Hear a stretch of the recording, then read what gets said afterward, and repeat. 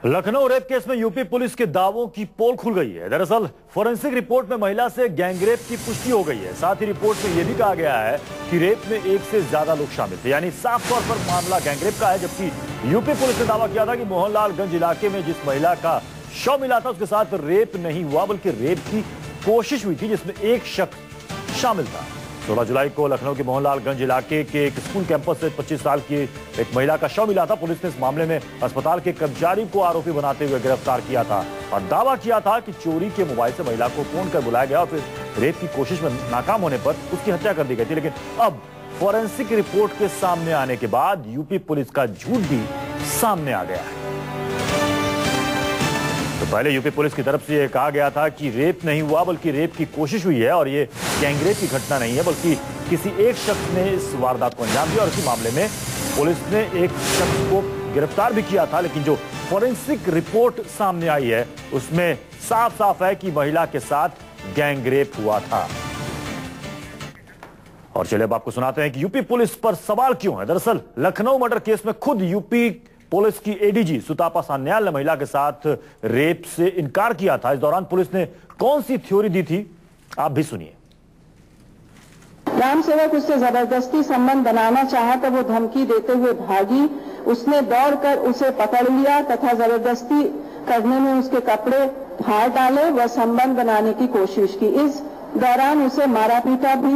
जब संबंध बनाने में सफल नहीं हुआ तो उसने क्रूरता से पीड़िता के प्राइवेट पार्ट पर चोट पहुंचाई, जिससे पीड़िता को excessive bleeding, cause of death हमने पिछली बार बताया था, was due to excessive bleeding, haemorrhage जिसको कहते हैं, जिससे बॉडी शॉक में चला जाता है, कैन रिजल्ट इन डेथ।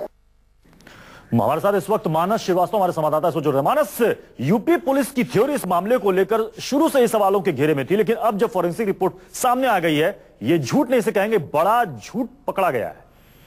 निश्चित तौर पर अभी ठीक एक हफ्ता हुआ पिछले संडे की बात है जब पुलिस ने घटना का खुलासा किया था और ठीक उसी वक्त हम लोगों ने सवाल खड़ा किया था, न्यूज़ 24 की तरफ से भी सवाल खड़ा किया गया था कि पुलिस की जो पूरी कहानी है वो सवालों के घेरे में है, क्योंकि जो परिस्थितिजन्य साक्ष्य से पुलिस लगातार उसको नजरअंदाज कर रही थी। जिस तरीके से क्रूरता से उस महिला की हत्या की गई बलात्कार के बाद पुलिस कहीं ना कहीं पूरे मामले पर पर्दा डालने की कोशिश कर रही थी, अपनी गर्दन बताने की कोशिश कर रही थी। लेकिन जब फॉरेंसिक लैब की जो रिपोर्ट आई है, फॉरेंसिक जांच के जो तथ्य सामने आए हैं, उससे ये पूरी तरीके से साबित हो गया है कि पुलिस की कहानी पूरी तरह से मनगढ़ंत थी। पुलिस पूरी तरीके से इस केस को डाइवर्ट कर रही थी, झूठ बोल रही थी। फॉरेंसिक जांच में साफ तौर पर सामने आया है कि महिला के साथ दुष्कर्म हुआ है और इस घटना में एक से ज्यादा लोग शामिल थे। उसके पीछे एक तथ्य ये दिया गया है। मानस, इस फॉरेंसिक रिपोर्ट के सामने आने के बाद पुलिस का कोई वर्जन सामने आया, कोई अधिकारी कह रहा है? लगातार कोशिश कर रहे हैं हम लोग सुबह से बात करने की पुलिस अधिकारियों से, लेकिन कोई अधिकारी बात करने को तैयार नहीं है।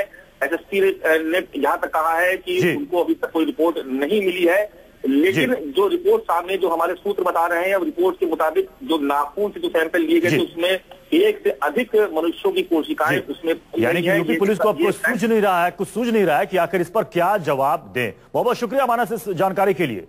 इस पूरे मामले पर सियासी दलों की तरफ से भी प्रतिक्रियाएं सामने आ रही है। क्या